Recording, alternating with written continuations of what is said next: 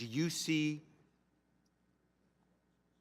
any light at the end of the tunnel here? Because the people in Puerto Rico, those U.S. citizens in Puerto Rico are trying to figure out, will we finally see action taken so that they can get their fiscal house back in order? Look, I do see some light in the tunnel. I think it's very important that Speaker Ryan directed the House committees to take action by the end of March. It reflects the urgency of the need to act now.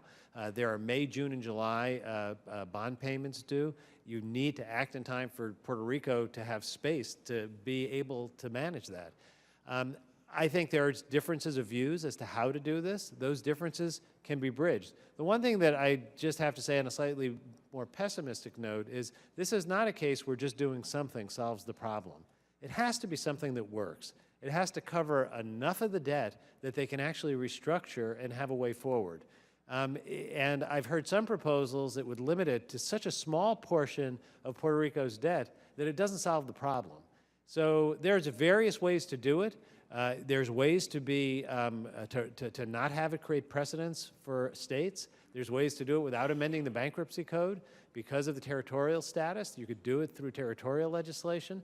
We are open to conversation on a bipartisan, bicameral basis, but it has to happen fast. If action isn't taken in the March-April timeframe, we're going to find ourselves looking at May, June, and July before we blink.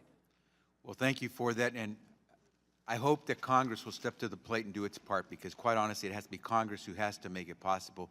And we're talking about doing something that helps the people in Puerto Rico without costing American taxpayers a single penny. And I think it's outrageous that U.S. citizens in Puerto Rico have to wait till Congress will act to be able to get their fiscal house in order. They're just simply asking for the same opportunities that states have, that cities have, to make sure that they get their fiscal house in order. And it's distressing, and so I urge you to continue your efforts there.